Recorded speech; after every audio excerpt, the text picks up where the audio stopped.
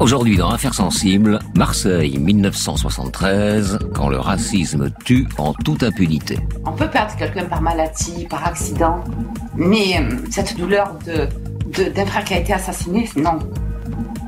Non, et en plus, il n'y a pas eu de justice derrière. On a tué un arabe, c'est tout. Début des années 70, cela fait une décennie que l'Algérie n'est plus française. Mais la guerre est encore dans tous les esprits. Dans les Bouches-du-Rhône en particulier, autour de Marseille, où se sont installés des travailleurs immigrés algériens et des rapatriés d'Algérie. Une communauté qui n'a pas pensé ni ses plaies, ni ses rancœurs.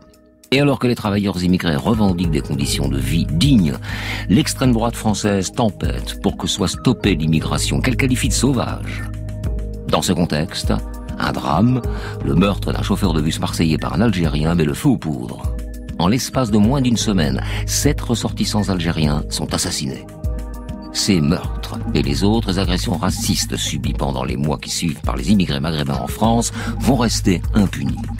Notre invitée aujourd'hui, Dominique Manotti, historienne, elle est surtout autrice de romans policiers. Elle a plongé son héros, le commissaire Daca, dans cette période trouble, justement, et en a tiré un polar intitulé Marseille 73, directement inspiré des faits que nous allons vous raconter. Affaires sensibles, une émission de France Inter, diffusée en direct, récit documentaire Sylvie Fagnard, coordination Christophe Barrère, réalisation Marion Lelay. Fabrice Drouel, Affaires sensibles, sur France Inter.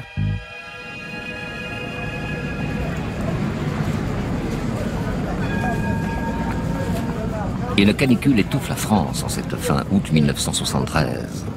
Dans le Midi, le mercure dépasse souvent les 35 degrés, et ce depuis le pont de l'Assomption. Mais le coup de chaud a commencé en réalité juste avant l'été, et pas seulement sur le plan météo. À l'époque, l'extrême droite en France n'est que groupusculaire, mais active, et peut-être exerce-t-elle finalement une vraie pression sur le pouvoir gaulliste. Toujours est-il qu'à l'automne 72, sont publiées les circulaires Marcellin-Fontanet des noms des ministres de l'Intérieur et du Travail. Leur objectif, exercer un contrôle drastique des personnes immigrées. Il sera dorénavant obligatoire pour toute personne étrangère résidant en France de présenter un contrat de travail en bonne et due forme et de bénéficier d'un logement décent. 2 conditions sine qua non pour être régularisé au terme de cette nouvelle procédure. Sinon, ce sera l'expulsion, entrée en vigueur de la mesure prévue à l'été 73.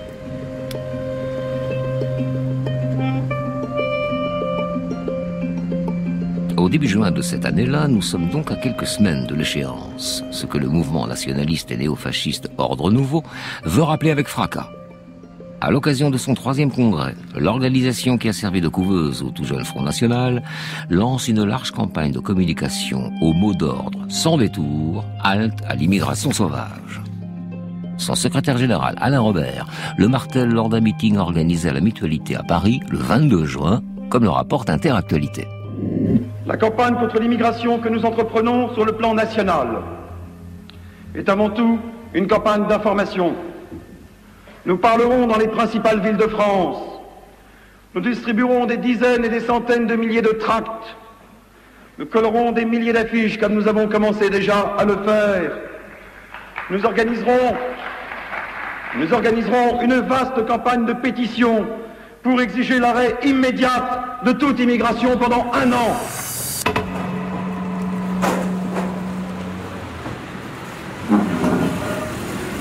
Parmi les travailleurs immigrés, les inquiétudes sont fortes, à juste titre, car moins de 20% d'entre eux peuvent présenter le sésame du contrat de travail. Il faut dire que les habitudes patronales penchent plutôt pour le travail au noir. Quant au logement de ces travailleurs, ce sont surtout bidonvilles en périphérie et taudis en centre-ville. À Paris, comme en province, les travailleurs nord-africains, principaux concernés par les circulaires Marcellin-Fontanet, tentent de réclamer le droit de vivre dans une situation plus régulière.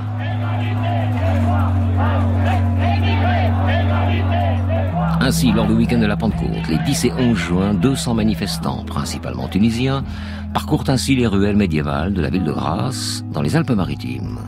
Et ils sont dispersés à la lance à incendie sur ordre du maire. Mais ce n'est pas tout. Quelques heures plus tard, les CRS délogent à la matraque les quelques manifestants qui déambulaient encore dans le centre-ville. Et ils sont aidés dans leur tâche par des commerçants, des artisans grassois. Armés de bâtons, ceux-ci se lancent dans une chasse à l'immigré qui durera toute la soirée et une partie de la nuit. Bilan, 5 blessés graves et 200 arrestations. Voilà, c'est dans ce contexte chauffé à blanc qu'un drame va provoquer le basculement des événements dans une folie raciste meurtrière.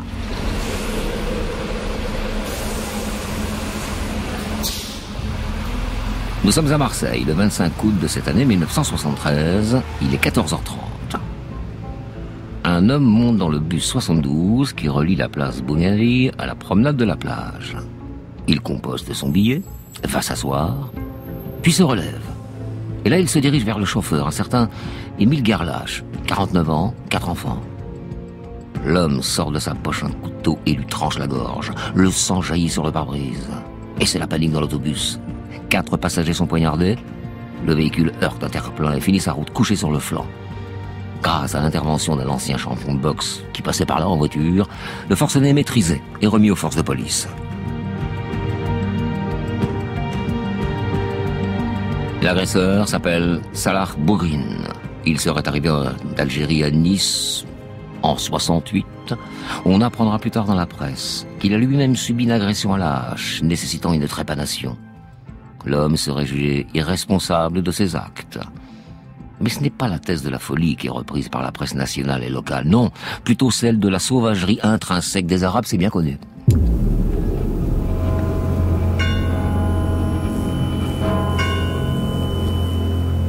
Le matin des obsèques d'Émile Garlache, le 28 août, le journal Le Méridional publie à ses unes un édito signé de la main du rédacteur en chef Gabriel Domenech, un incendiaire qui sera élu à l'Assemblée nationale sous les couleurs du Front National en 86. Assez des voleurs algériens, assez des casseurs algériens, assez des fanfarons algériens, assez des trublions algériens, assez des syphilitiques algériens, assez des violeurs algériens, assez des proxénètes algériens, assez des fous algériens, assez des tueurs algériens. Nous en avons assez de cette immigration sauvage qui amène dans notre pays toute une racaille venue d'outre-Méditerranée. À Marseille, Gabriel Domenech n'est pas le seul à éprouver des pulsions de vengeance à l'encontre des immigrés d'Afrique du Nord. Et en particulier les nombreux sympathisants de l'OAS que compte la communauté des rapatriés d'Algérie.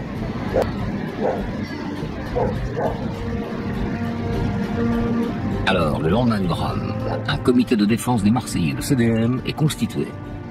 Derrière cette organisation, un ancien de l'OAS, un temps exilé en Espagne et qui est revenu à Marseille pour mener une carrière politique dans le sillage du maire socialiste Gaston Defferre. Un certain Théo Ballas, qui restera l'un des hommes forts de la fédération PS des Bouches-du-Rhône jusqu'au début des années 2010. Mais pour l'heure, il s'agit pour lui de profiter de la tragédie du meurtre de ce chauffeur de bus et de laisser libre cours au désir de vengeance de ses affidés.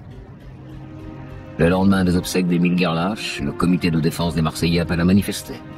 Et ce, en dépit des appels lancés par les différents syndicats de la société de transport marseillaise à ne pas instrumentaliser le drame. C'est même dans les rangs serrés des 5000 personnes qui accompagnent le chauffeur de bus vers sa dernière demeure que le CDM distribue ses tracts où l'on peut lire « Marseille a peur ». La préfecture de police interdit toute manifestation, ce qui n'empêche pas les partisans du comité de défense des Marseillais de se rassembler en face du Vieux-Port le 29 août en fin de journée. Moustapha Mohammadi, ancien militant du mouvement des travailleurs arabes, raconte ce qu'il a vu ce soir-là en se promenant dans les rues de Marseille. C'était le rassemblement le lendemain de l'assassinat de chauffeur de bus qui a été tué par un Algérien malade. Je vois un rassemblement et je me mets là, discrètement. Et puis ça a hurlé, ça a crié, je n'arrivais pas à distinguer les mots d'ordre, etc. Puis d'un seul coup, je vois des gens, ils exhibaient leurs flingues, d'autres ils avaient leurs fusils, les bicots dehors, les arabes dehors, etc. Et c'est là où je suis reparti, j'ai pratiquement presque en marche arrière pour qu'on ne me reconnaisse pas, pour qu'on ne me voit pas. Carrément, je suis rentré m'enfermer dans une chambre lugubre, attendre le lendemain matin. Et c'était le grand rassemblement le groupe défense des Marseillais qui était allié à l'époque à Ordre Nouveau. C'était l'extrême droite qui appelait. L'extrême droite appelle au meurtre. Le drame, c'est qu'elle a déjà été entendue. Le soir même de la mort du chauffeur de bus, le 24 août en effet, on retrouve un corps criblé de plombs de chevrotines et de balles de gros calibre, celui de Rachid Mouka. Le 26 août, Saïd Aounallah tombe lui aussi sous une rafale de balles. Son corps sera découvert en centre-ville, près d'un dépôt de la compagnie de bus municipale pour laquelle travaillait Émile Gerlache. Le même jour, Abdelwahab et Mahoum est tué à coups de planche sur le Vieux-Port. 26 août toujours, on ramasse près d'Aix-en-Provence un homme inanimé présentant un enfoncement du crâne, mais marqué Amou. Il décédera 3 jours plus tard. Dans le quartier Saint-André de Marseille, Saïd Chilas reçoit un coup de couteau mortel. Le même jour, après le dîner, un jeune homme de 16 ans, Lounès Ladji, sort de son quartier de la Calade. Ils ne sont pas nombreux, les Algériens, à oser prendre l'air à la tombée de la nuit. Dans ce climat de terreur, alimenté par les manifestations haineuses et les morts qui s'égrènent, la plupart des immigrés et leurs familles restent terrés chez eux. La suite, c'est le frère de Lounès qui la raconte à un reporter de la RTBF, la télévision belge, venu quelques semaines après ces flambées de violence qui gangrènent Marseille. C'était 20h. Ouais. Il mangeait avec nous, tu vois. Ouais. Il mangeait, puis il a mangé, il est sorti de la maison. Ouais. Ma mère lui a dit de rentrer, il n'a pas voulu rentrer, il est parti. Il y avait 2 voitures, une BMW et une 403, elle faisait des tours. Ils ont remarqué qu'il était seul, ils l'ont appelé, ils lui ont demandé une adresse, un renseignement, ils ont tiré sur lui. Ils l'ont blessé à l'épaule, et puis ils ont fait la marche arrière, ils ont filé 2 balles. Ils l'ont achevé. Voilà.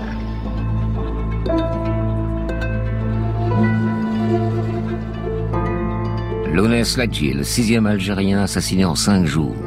Et il faudra encore déplorer la mort de Ben Saha Merkarnef, blessé le 30 août dans le 1er arrondissement et décédé des suites d'une fracture du crâne le 2 septembre. En tout, 7 agressions mortelles entre le 24 et le 30 août. Sans compter les dizaines de bouteilles incendiaires lancées contre des cafés-hôtels, des bidonvilles, des foyers Sadakatra, et les coups de fusil tirés depuis des voitures qui font le tour des quartiers habités par les Arabes, et les lynchages publics. Mais si elle concentre les drames, Marseille n'est pas la seule ville concernée par ces attaques et ces crimes racistes. Plusieurs rixes s'éclatent entre groupes de jeunes maghrébins et autochtones à Juan-les-Pins, à Olioul, près de Toulon, à Nice. Dans la nuit du 27 au 28 août, une 50aine de parades du 9e régiment de chasseurs parachutistes de Toulouse se livrent également à des ratonnades au cœur de la ville rose. Les blessés sont nombreux et principalement algériens. Bref, l'effroi s'est emparé de toute la communauté immigrée d'Afrique du Nord. On ne sort plus de chez soi, sauf en rasant les murs. On évite les transports en commun. Mais la colère et la révolte grondent également. Le 31 août, une grève éclate sur les chantiers navals de la Ciotat. 1500 ouvriers débrés. Le lendemain, en début d'après-midi, le cercueil du jeune Lounès Ladji est transporté par sa famille jusqu'au bateau qui doit ramener sa dépouille en Algérie. Du quartier de la Calade jusqu'au port, des centaines de personnes se joignent au cortège funèbre. Le portrait du jeune est distribué de main en main, mais pas dans banderole, ni de slogan, non, la foule est silencieuse. Au bout d'une marche muette de 7 km, elle parvient en bord de mer. Driss El Yazami témoigne de ce moment dans le documentaire Marseille 73 du collectif Média Union Urbaine. On a traversé la ville et la foule, progressivement, les gens venaient se joindre là, le cortège. Et au port à la Joliette, sur le cercueil, Hamoud appelle à la grève. On est donc le 1er septembre, autant que je me rappelle. Oui. Sur le cercueil. Là, il y a En fait, je pense qu'en l'appelant, il y a eu une sorte comment dire. C'est là où on a vu le mouvement. C'est-à-dire que les personnes qui étaient là se sont transformées en fait en militants de la grève générale pour le lundi 3 septembre.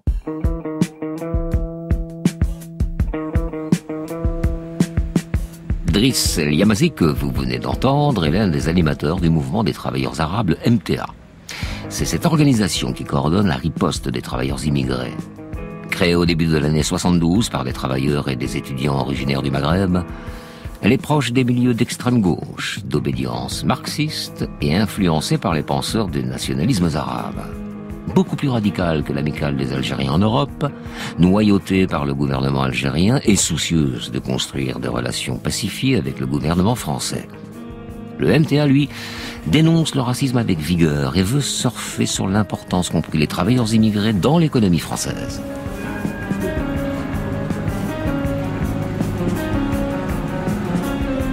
Le mot d'ordre de grève générale est lancé pour le lundi 3 septembre. Il faut maintenant le diffuser. Dès 4h30 du matin, ce lundi-là, les militants du MTA, des partisans d'extrême gauche et des membres de la CIMAD sont sur le pont. Ils sillonnent les bidonvilles et les quartiers habités par les immigrés. Ils se rendent aux arrêts de bus pour convaincre les travailleurs de ne pas se rendre au travail. Immigrés comme Français, la solidarité face à ces crimes racistes doit se faire entendre, argumente-t-il. Et 30 000 ouvriers de la région marseillaise les suivent. Les militants du MTA et leurs alliés se félicitent du succès de leur mouvement. Et ils pensent déjà à la suite. Mais tout ce petit monde est surveillé de près par les services de police qui veulent briser les actions de ces agitateurs. Un homme est particulièrement dans le viseur des autorités, Berthier-Perregaux. Il est suisse et pasteur, et depuis 5 ans, il est arrivé à Marseille comme équipier de la CIMAD, cette association dont l'acronyme signifie, rappelons-le, Comité intermouvement auprès des évacués et qui, dans les faits, veille sur eux.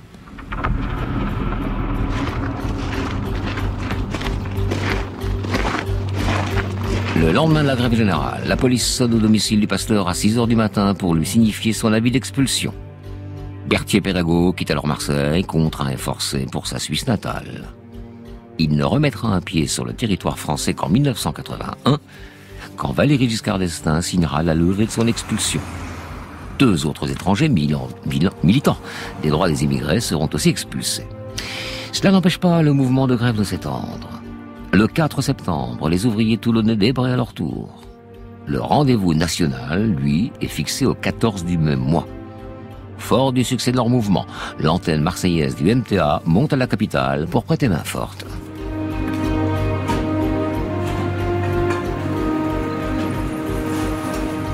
L'objectif est d'entraîner non seulement les ouvriers et les travailleurs immigrés, mais aussi les petits commerçants de la ville. Les militants distribuent des milliers de tracts et se postent aux portes des grandes usines comme celle de Renault à Boulogne-Billancourt. Mais le succès est mitigé. 2000 personnes dans les rues, des arrêts de travail clairsemés. Pour les organisateurs de cette grève nationale, c'est surtout l'occasion de marteler un message dans les médias. L'un des leaders du mouvement des travailleurs arabes, dont le nom n'est pas annoncé à l'antenne, s'exprime ainsi dans le journal de 22h de France Inter du 14 septembre. Ce qu'on espère, c'est démontrer d'une part qu'on est des travailleurs, qu'on enlève tout ce qui a été dit jusqu'à maintenant sur on est des voleurs, des sales bicots, et puis nous savons que le peuple français n'est pas raciste, nous savons que les Français ne sont pas racistes. Notre but aussi, c'est que, parce que c'est aujourd'hui plus possible de se faire tuer. En 7 jours, à Marseille, il y en a eu 7 qui ont été descendus. Là, aujourd'hui, je crois que c'est pas seulement une manifestation de colère, mais c'est aussi la prise de conscience qu'on est des travailleurs, qu'on n'est pas des tueurs.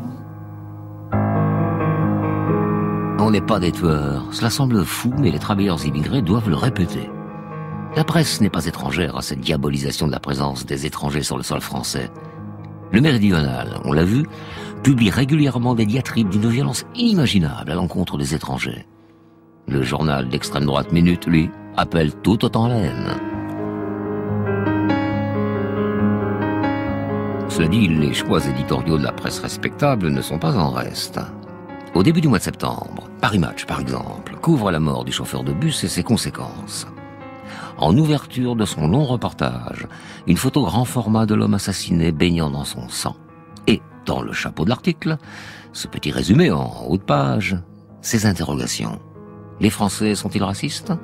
Les bicots, entre guillemets dans le texte tout de même, sont-ils dangereux? Et au fil du reportage, la parole d'un Marseillais qui dit « Si ça continue, les enfants finiront par parler arabe. Croyez-moi, il faudrait en tuer quelques-uns. Ici, ce sont les rois. Si ça continue, les enfants finiront par parler arabe. » Une sorte de grand remplacement avant l'heure. Dans la foulée, le Nouvel Observateur sonde ses lecteurs. « Peut-on vivre avec les Arabes ?» s'interroge l'hebdomadaire classé à gauche, qui commande un sondage. La réponse est non, à 62%.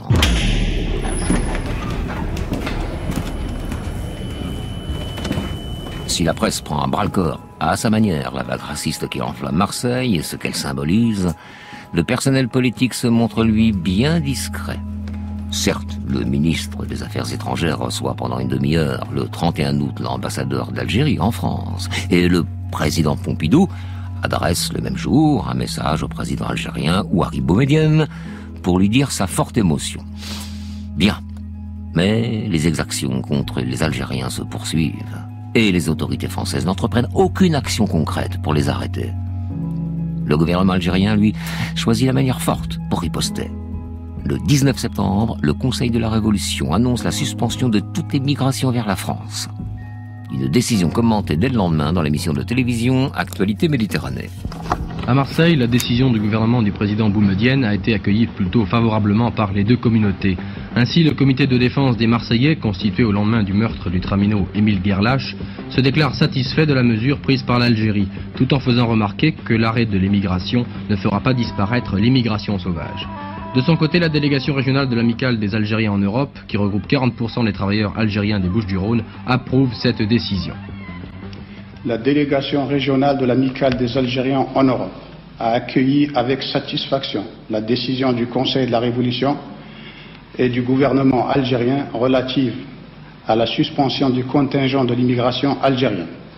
Elle traduit l'émotion légitime de l'ensemble de l'immigration algérienne devant la recrudescence des actes racistes et du climat d'insécurité dont elle fut victime durant la période du 25 août au 10 septembre 1973. Les seuls à déplorer publiquement cette décision sont les patrons des Bouches-du-Rhône. Localement, on alerte sur les difficultés de recrutement auxquelles pourraient faire face les entreprises, du bâtiment en particulier. Alors on commence à réfléchir à des solutions alternatives. On parle d'utilisation des travailleurs étrangers sur leur lieu d'origine via des sous-traitances. Parce que le ministère des Affaires étrangères algérien a clairement énoncé la menace. Si les crimes racistes se poursuivent et que les ressortissants algériens continuent à risquer leur vie en France, le gouvernement algérien organisera le rapatriement de tous ces ressortissants.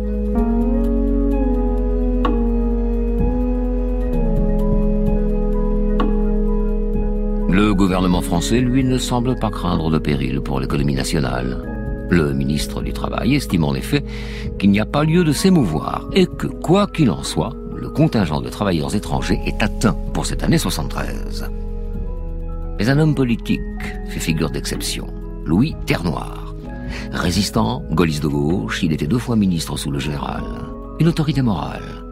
En 73, il préside l'association de solidarité franco-arabe. Et c'est en son nom qu'il prend la parole le 25 septembre au cours d'une conférence de presse.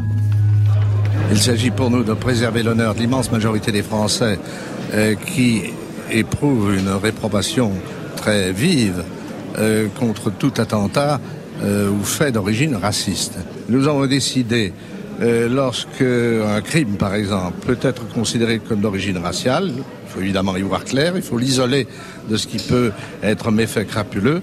Lorsqu'il est d'origine raciale, comme ça a été manifestement le cas à Marseille dans la semaine qui a suivi la tragédie lamentable du tramway, l'assassinat d'un traminot du fait d'un dément, eh bien, nous avons chargé des avocats de se porter partie civile, d'être en quelque sorte le mandataire des familles algériennes dont un membre a été tué.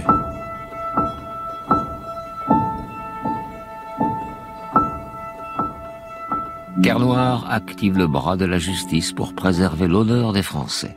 Les mots sont forts et ils sont largement commentés. Quelques jours plus tard, un journaliste sollicite une réaction du président de la République, Georges Pompidou. La France est profondément antiraciste. Le gouvernement français est fondamentalement antiraciste. Et tout ce qui ressemble au racisme, nous l'exécrons. Cela dit, il y a dans tout cela ce que je me permettrai d'appeler un bruit inconsidéré. Si l'on fait la liste des attentats entre Algériens et Européens, dans les deux sens d'ailleurs, si l'on fait la liste de ceux où on n'a pas trouvé les coupables et de ceux où on les a trouvés et traduits en justice, on s'aperçoit qu'il y a finalement bien peu d'actes qui puissent être suspectés, même indirectement, de réactions racistes. Le déni au plus haut sommet de l'État. 5 hommes sont encore assassinés. Puis le 14 septembre 1973, une bombe explose au consulat d'Algérie, faisant 4 morts et une vingtaine de blessés. Cet attentat est revendiqué par un mystérieux groupe autodénommé Charles Martel, en référence à celui qui a battu les Arabes à Poitiers. Une enquête est ouverte, mais elle n'aboutira pas. Et les auteurs ne seront jamais identifiés.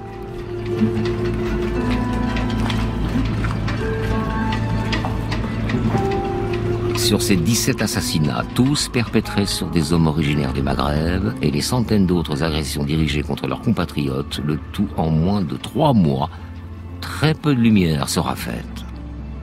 Pour documenter ces crimes et leur impunité, une sociologue toutefois, Rachida Brahim, s'est plongée dans les archives des préfectures de police et des tribunaux. Et elle a tenté ainsi d'en retracer le cours judiciaire. Au micro de la journaliste Hadjer Ben Boubaker sur France Culture, elle explique comment ces affaires sont sorties du champ de vision de la justice. Toutes ces affaires-là sont pas suivies de poursuites judiciaires. L'enquête va pas au bout, et quand elle va au bout, elle annule complètement le caractère raciste des faits, et après donc il y a non-lieu, acquittement, peine légère avec sursis. En 70, j'ai strictement rien trouvé parce que les archives en fait judiciaire aussi on en supprime une bonne partie, donc c'est très dur à retrouver. Mais le rapport de police lui-même montre qu'il n'y a pas d'affaire en fait. Il n'y a pas d'affaire. C'est un incident impliquant un Nord-Africain. Rachida Brahim a intitulé le livre rassemblant ses recherches « La race tue 2 fois ». Ces hommes sont... Et la justice, comme les services de police, ne s'est pas penchée sur ces crimes parce que ce n'étaient que des Arabes. Mais un cas fait exception, celui de Lounès Ladji, le jeune garçon de 16 ans, abattu de balles à bout portant dans son quartier le 29 août. À l'époque des faits, la police ne croit pas devoir investiguer plus avant sur ce meurtre. Et la presse sous-entend que le garçon aurait été poursuivi l'année précédente pour vol de cyclomoteurs et de voitures, donc affaire classée. Frères en particulier, ils mènent de leur côté une véritable enquête, épaulée par un ancien gendarme. Et ils retrouvent des témoins, confondent les propriétaires des voitures aperçues sur les lieux du drame. Face à l'accumulation de ces preuves, un homme finit par être inculpé. Il s'agit d'un sous-brigadier de la police marseillaise, François Canto. Rapatrié d'Algérie, il déclare dans des propos rapportés par le journal Le Monde avoir voulu se venger parce que selon lui, des musulmans avaient importuné l'une de ses filles. A-t-il agi seul ou avec des complices? Les témoins évoquent la présence de 4 hommes sur la scène du crime. On ne le saura jamais. François Canto meurt 2 mois plus tard à l'hôpital de la prison des Baumettes. La mémoire. Aujourd'hui, en effet, sur les murs de Marseille, à l'endroit où ces Algériens ont été assassinés, ont fleuri de petites plaques de bois, l'œuvre d'un artiste de rue marseillais anonyme. Sur chacune d'elles, un court texte qui dit, écrit façon colonne verticale, vous savez, c'est juste 2 mots. Retenez bien la première lettre du premier mot de chaque petite phrase. En août 1973, notre ville, Marseille est entachée de meurtre, oublié, ignominie, raciste, excusé. À la verticale, avec les premières lettres de chaque mot, on peut lire l'expression « en mémoire ».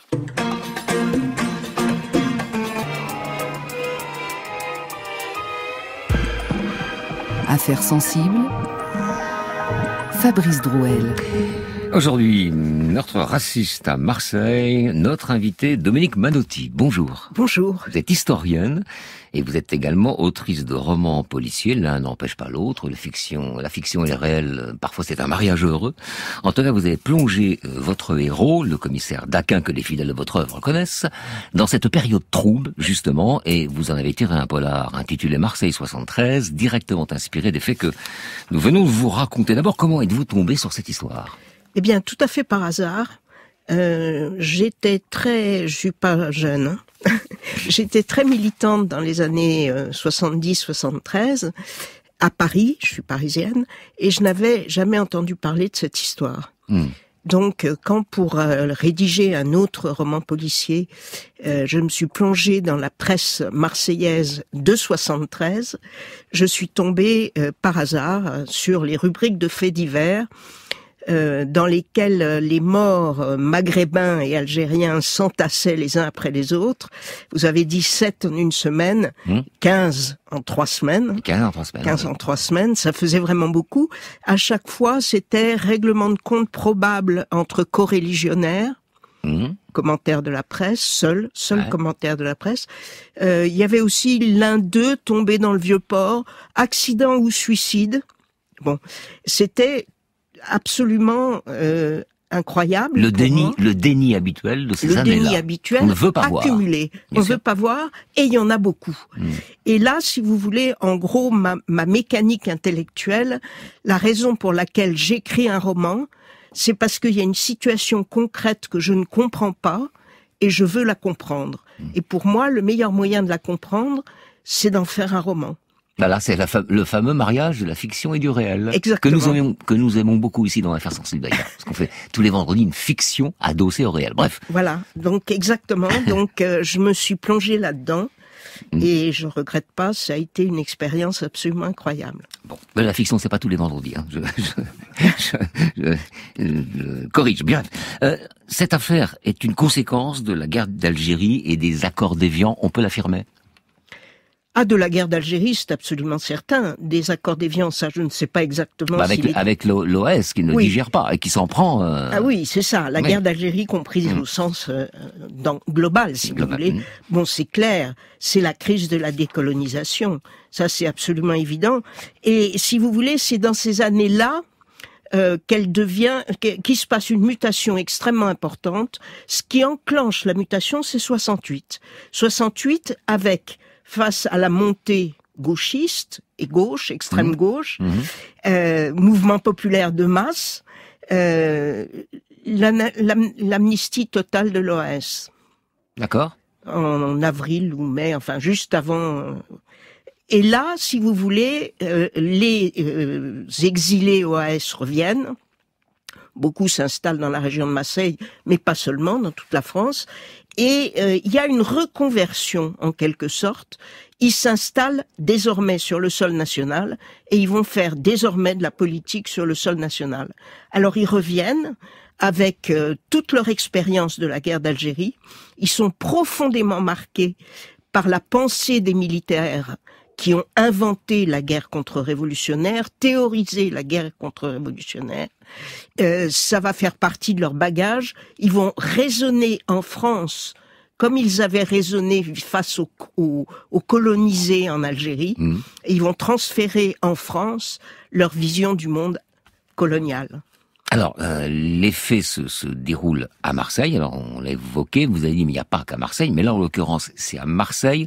Quelle est l'importance du lieu dans cette histoire? Parce que, quelle est l'importance de Marseille dans cette histoire? Alors, ça fait toujours une mauvaise publicité à Marseille que de parler de ces choses-là, parce qu'à Marseille, il se passe aussi bien plein de choses intéressantes. Mais il y a un problème, là. Il y avait un problème. Est-ce que c'était spécifique à Marseille, plus que dans d'autres villes? Il faut pas oublier qu'il y a eu sur la France entière une 50aine de morts dans cette période. Voilà, donc c'est bien de le rappeler. Ah oui, absolument. On parle de Marseille, mais c'est un phénomène national. À Marseille, ça a été plus rassemblé, si vous voulez. Là, sur la France entière, la 50aine de morts, ça se passe sur 3 ou 4 mois. Mais il y a eu une 50aine de morts sur la France entière. Donc là, il faut pas du tout l'oublier. Marseille, c'est un peu un point focal parce qu'il y a beaucoup de travailleurs immigrés et beaucoup d'OAS. Proximité géographique avec le Maghreb. Voilà, déjà. et beaucoup de pieds noirs rapatriés et d'OAS, de militants OAS. Faut pas l'oublier non plus. Mais c'est absolument pas un problème spécifiquement marseillais. Voilà, il fallait le dire, c'était important. On se retrouve dans 3 minutes, Dominique Malotti, après avoir écouté Donna Blue, Solitaire. Dominique Malotti, votre roman, donc Marseille 73, est sorti, a été publié en 2020. Comment est-il organisé? Parce qu'on a parlé de 7 meurtres et même de 15. Est-ce qu'il est organisé autour d'un meurtre ou de plusieurs? Non, il est organisé essentiellement autour d'un meurtre, celui de Ladj Lounès, parce que c'est le seul qui a donné lieu à des poursuites. Et puis une marche silencieuse. Et des poursuites. Oui, et qui a entraîné toute une série de mobilisations. Mais c'est aussi le seul qui a donné lieu à des poursuites. Pourquoi? Parce que les frères ont entrepris eux-mêmes une enquête. Il n'y a pas eu d'enquête policière. Mais les frères ont trouvé les voitures Et chose absolument incroyable, oui, les assassins roulaient avec leur voiture et leur arme de service. Ouais, en toute impunité, se croyant sachant qu'ils étaient couverts. Alors, couverts par qui? Couverts par la police, couverts par la justice, couverts par tout le monde. Il n'y a aucune recherche, aucune. On arrête le responsable, l'assassin, on l'arrête parce que les frères l'ont trouvé. Ouais. Pas du tout pour une raison quelconque. Et ce malheureux policier... alors, il y a eu une réaction dans les réactions de la famille qui est tout à fait extraordinaire. Il est mort en prison. Oui. Bon.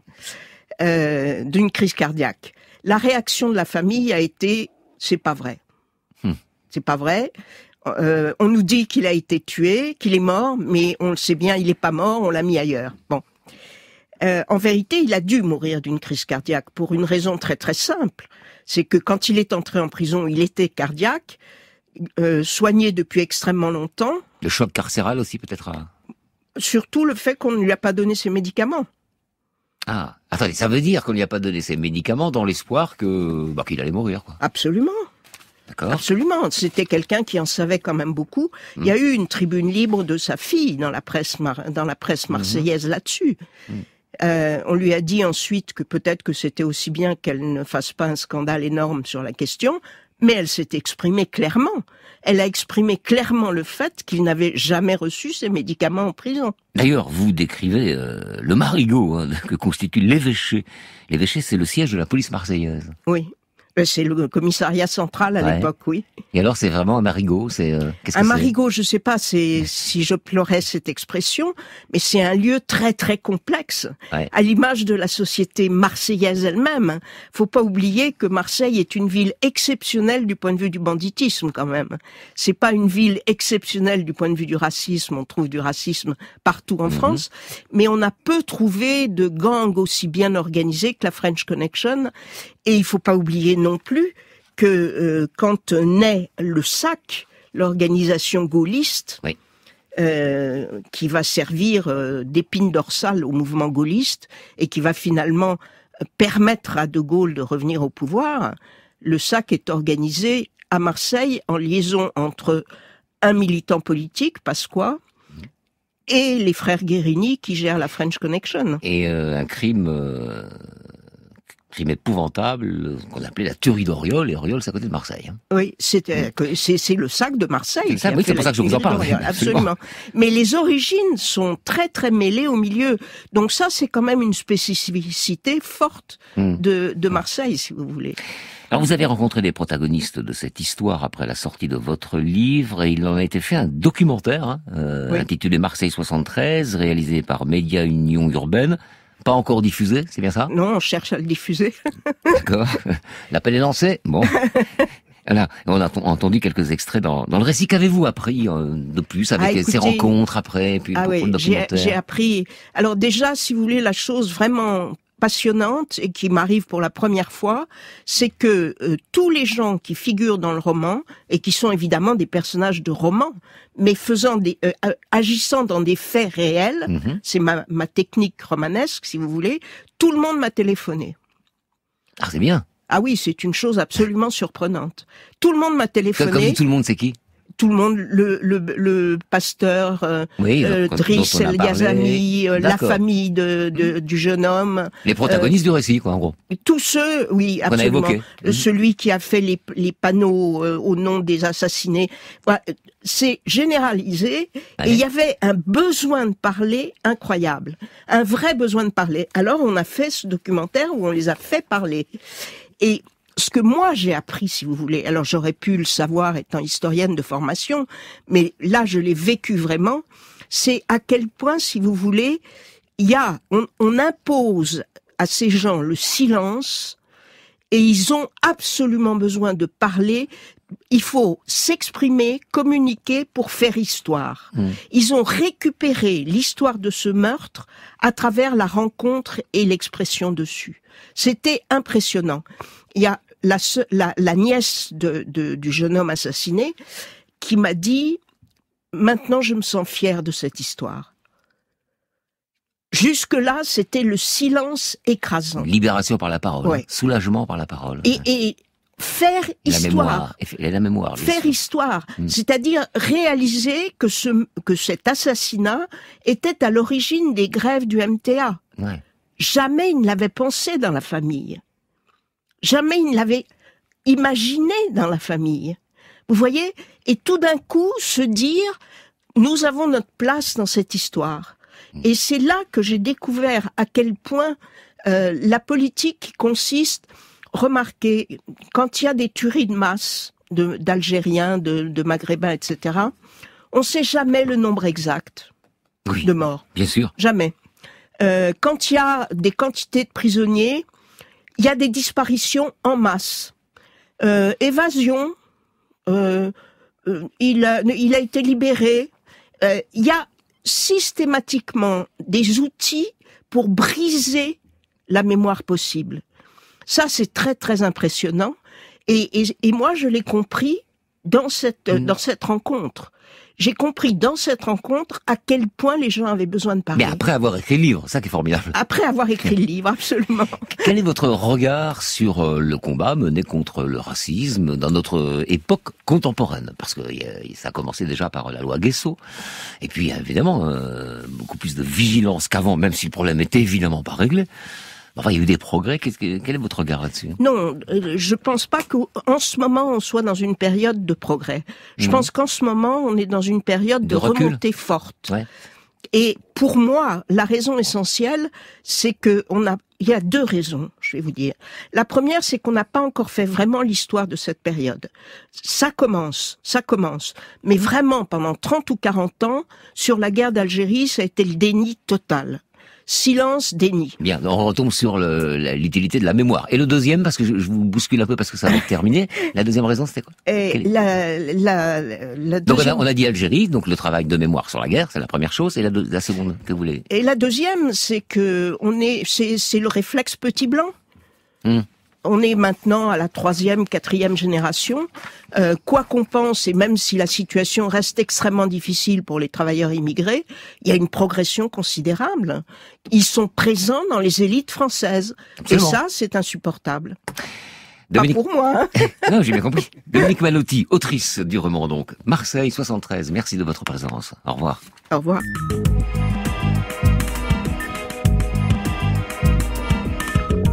C'était Affaires sensibles aujourd'hui. Crime raciste à Marseille, une émission